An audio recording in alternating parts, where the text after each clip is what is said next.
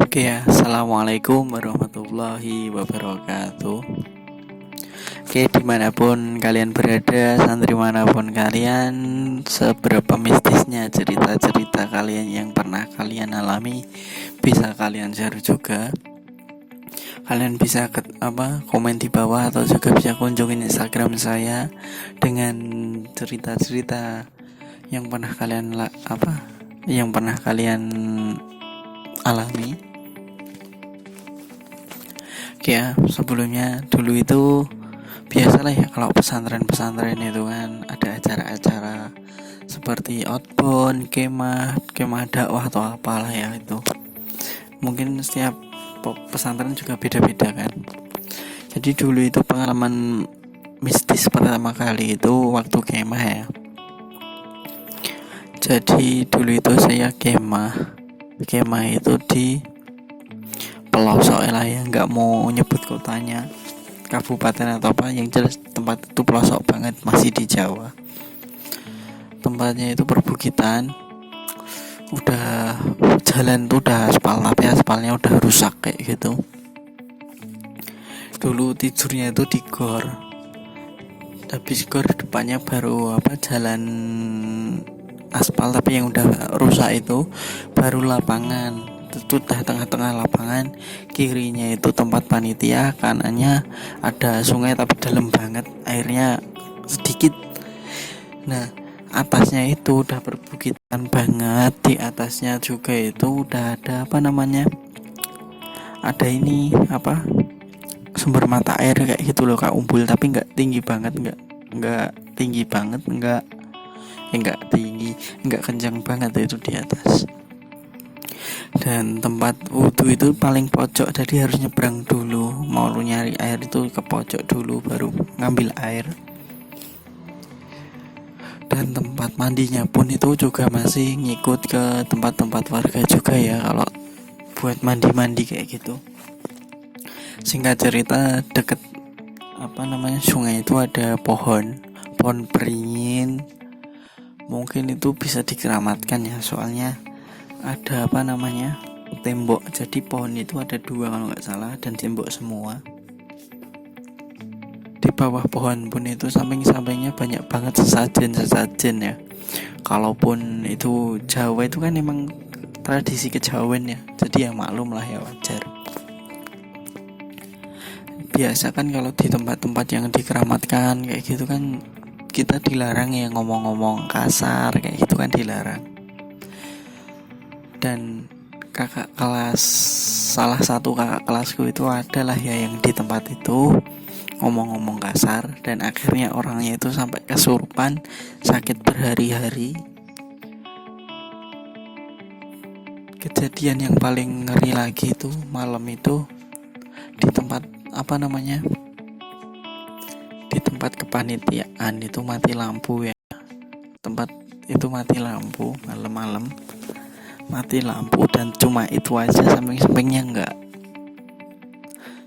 Nah, ada juga temanku itu yang orangnya itu juga sakit pas perjalanan ya, namanya pesantren kan kadang berangkat itu kan naik truk. Nah, di tengah truk itu mungkin ada yang perutnya sakit sampai muntah-muntah. Kamu pasti salah satunya kan, kalau kayak gitu kan. Jadi ada yang sampai muntah-muntah terus sakit. Nah, orangnya dirawat, dan kemudian kakak kelasku yang kerasukan itu kan juga dirawat. Jadi orangnya itu sama gitu loh, sama tempat sama. Temanku tuh ngelihat pas kerasukan itu, emang jinnya itu bilang kalau orangnya itu nggak sopan di tempat itu, dan lampunya itu sampai pecah itu loh, geng. Lampu itu pecah, mati lampu, lawang pintunya itu sampai nutup sendiri, sampai kayak gitunya. Jadi banyak banget lah cerita-cerita itu baru pertama kali aku mondok.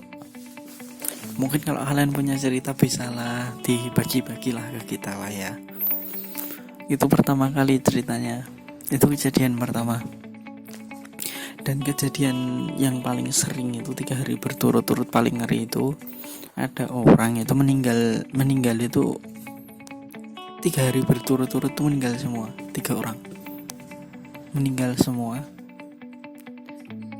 tiap pagi itu, jadi kan kalau di desa kan biasa ya ada pengumuman innalillahi wa inna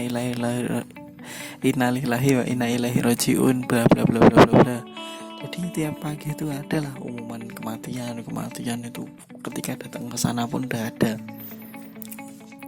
Bahkan ketika datang pun itu udah disambut sama bendera merah itu. Jadi ya lumayan lah, walaupun ya nggak seberapa, tapi kan kalau dinalar kan nggak begitu ini ya, nggak begitu masuk akal kan. Masa 3 hari berturut-turut mati 3 orang. Dan hari terakhir kalau nggak salah itu cerita ini pertama kali aku dapat hal-hal mistis itu baru kali ini. Jadi waktu itu kejadiannya 2011 kalau nggak 2010 itu ya. Jadi di sana itu kan kalau mau wudhu kan harus ke tempat pojok dulu kan, di pojok lapangan harus ke tengah dulu sampai pojok baru bisa ngambil air, ngambil wudhu kan kayak gitu.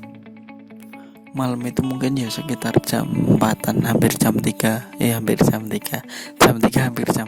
lah. Itu pada ngambil air wudhu. Terus ini apa namanya, di pojokan itu ada anak kecil.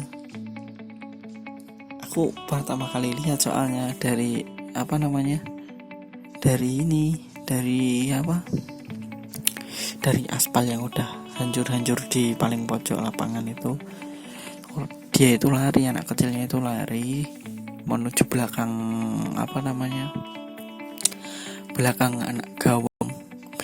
gawang. Dia itu lari sampai itu akhirnya masuk semak-semak. Dan pas di pertengahan sebelum nyampe gawang itu temanku ada yang lihat, orangnya bengong. Aku juga ngelihat, aku juga bawa senter, tapi aku takut mau ngarahin senter ke sana. Soalnya senter aku itu kan kecil, nggak nyampe gitu loh. Dan itu teman aku itu bengong banget, terus bilang ke aku, itu apa ya yang di pojok itu yang lari? Semua 7 orang lihat, semua itu lari semua. Yang lari maksudnya ini loh, apa namanya, makhluk itu lari terus sampai pojok, masuk semak-semak, dan yaudah cuek semua. Ada yang mau ngejar, teman aku itu 1 orang mau ngejar, tapi emang embunnya itu banyak banget. Terus lapangan becek kayak gitu. Kalau seandainya ngejar, kalau malah jatuh, terus kalau nanti kita malah ada apa-apa, terus aku ya udah bilang lah, nggak usah dikejar, biarin aja, yang penting kita nggak ganggu. Aku bilang kayak gitu. Sekarang coba nalar aja, jam segitu paginya ada anak kecil lari menujunya ke lapangan, masuk ke hutan. Itu udah kayak hutan, ngeri soal tempatnya itu pertama kalinya.